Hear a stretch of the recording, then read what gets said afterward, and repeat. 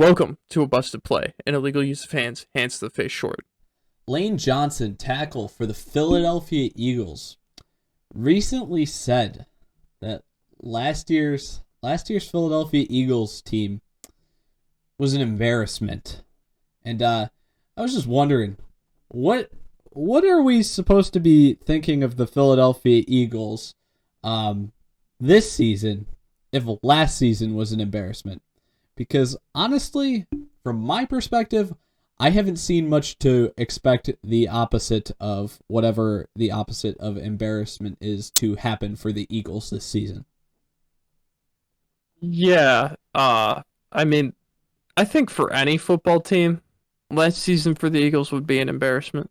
4-11 and 1 is not good, by any means. Especially when that last game seemed to have been thrown, uh, just for the football team to get into the playoffs.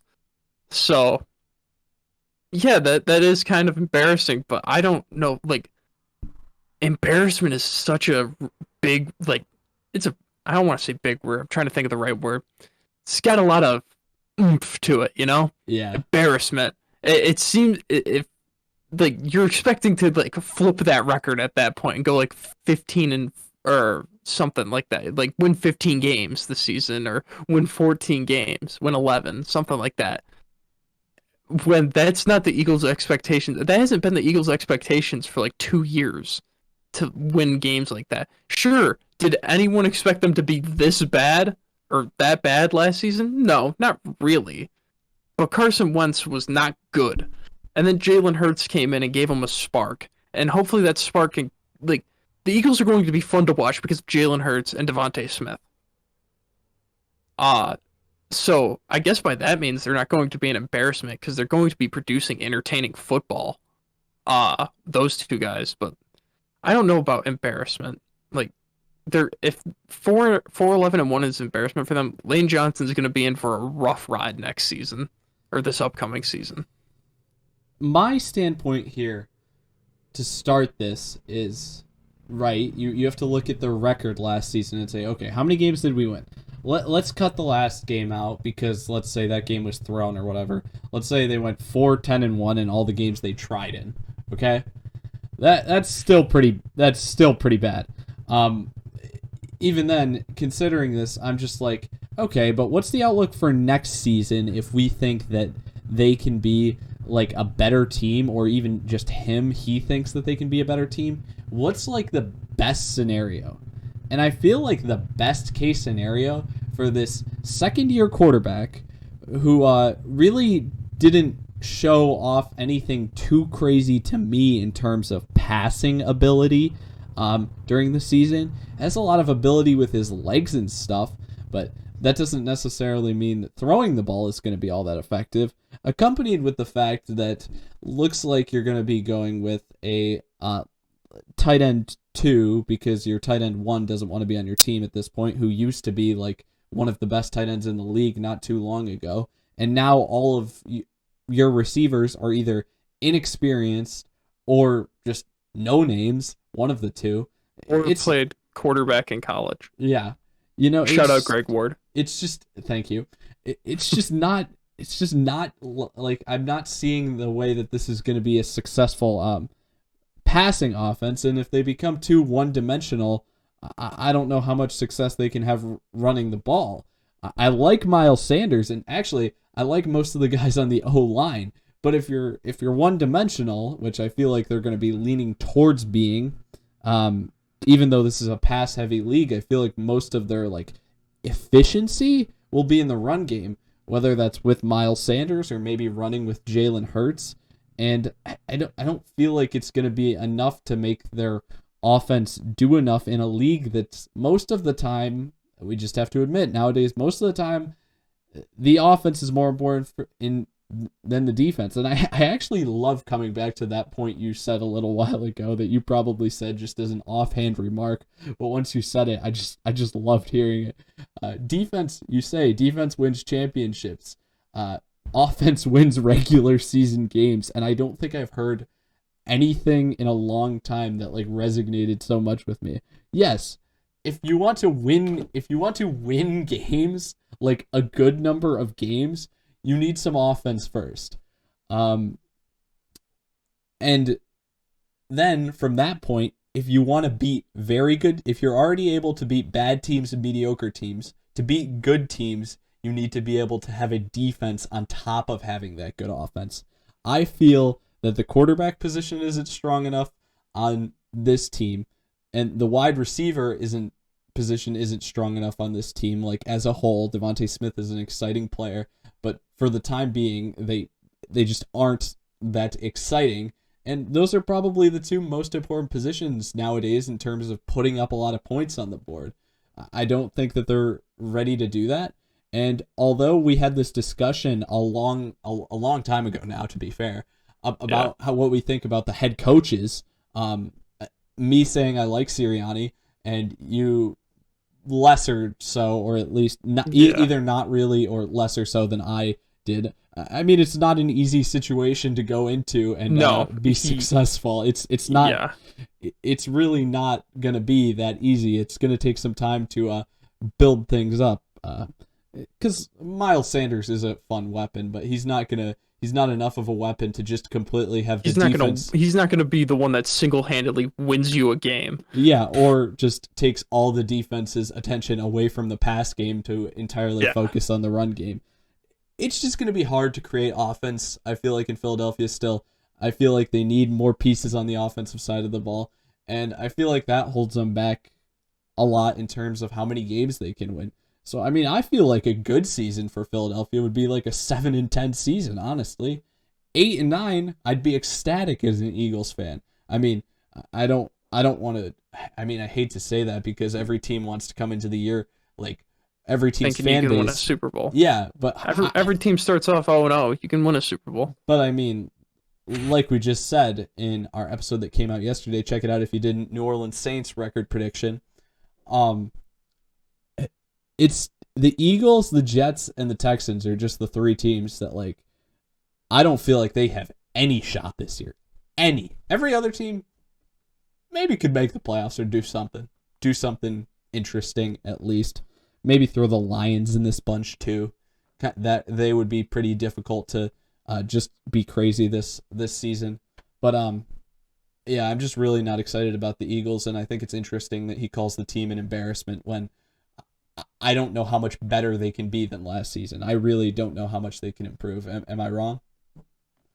No, you're not. But I will say the passing game may be helped by Sirianni being there. I'm not a big Sirianni fan, but he coached under Frank Reich in Indy. And what Frank Reich did very well in Indy was, all right, Phil, you can't hit the broadside of a barn with your arm now that you're heading out to the retirement home. So I'm going to scheme up some easy reads for you. So if Sirianni took that away from him and can actually put that with a young quarterback that can be molded and doesn't have his arm falling off of his body, and it's like, hey, we're going to get you going. We're going to get some easy throws out here, run some RPOs, get some play action going so you can make some easy reads. That'd be great. And you have Devontae Smith, too, who is not a slouch when it comes to getting open.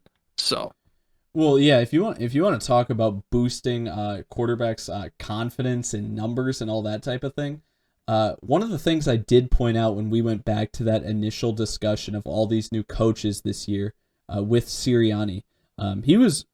As a positional coach, he was working with running backs a lot and quarterbacks. Those were the two positions. And wherever he was at, for whatever point in time he was coaching a team, those teams usually always had great screen games to the running back. And that could help the pass game. If that helps the pass game get going a little bit more, then maybe they could get up to that full potential of, you know, it's sad to say this because it's still a losing record, but that full potential of like an 8-9 type team, because I just really don't think the roster's even close. But that really could help them at least stay competitive in all their games. I think if Sirianni can get him to 8-9, he deserves Coach of the Year. Unless some team goes undefeated. I think if Sirianni can get the Eagles 8-9 or even 9-8, if he can get them a winning record, give that man Coach of the Year. He's earned it. Or maybe if David Culley wins like 3 games in Houston, then maybe give it to him too. I really like listening to some of the people at the Ringer, their NFL show they do, podcast, and what's funny is one of the takes that I just hadn't agreed with the past few years, at least in terms of they do Super Bowl picks at the beginning of the season. Like the past 2 years, I feel like they picked the Eagles the past 2 years. I feel like, and I didn't agree with those either time. I'm wondering if they'd really have the guts to do that again this year. If they pulled that again this year, that would be the really crazy thing. Because usually I agree with a lot of their takes. That one was one I couldn't get behind before, and I just think it's funny to look back at it now even more. There were even more so now because there were people, there were like smart football people that were willing to look at the league last year, last year, and say that the Eagles were a team that could go to the Super Bowl, and it's just like, man, times can change quickly because not even that too, they actually were in the Super Bowl just, what was it, 5 years ago now or so. Yeah. And I mean, it's not that I think a majority of people going into last season were predicting the Eagles to be closer to a Super Bowl than they were to predicting them to be closer to a top 5 draft pick. So NFL's a weird place, man. It's a weird place. Yeah, I don't think I had them sitting at the bottom of the pack, like they No. were in my prediction. But So, I didn't have them near the Super Bowl either. yeah. No, I can understand why Lane Johnson thinks it's an embarrassment for that reason right there. Thinking they were closer to Super Bowl than they were to top 5 pick. But I think at some point, like week 6, 7, 8, somewhere around there, you have to like accept your fate and just be like, okay, this is what the team's going to do. And I don't know when you have that many weeks to digest what you're going through if you could say that it's an embarrassment. Like more than half the season at that point, you're like, this is the team that I'm on.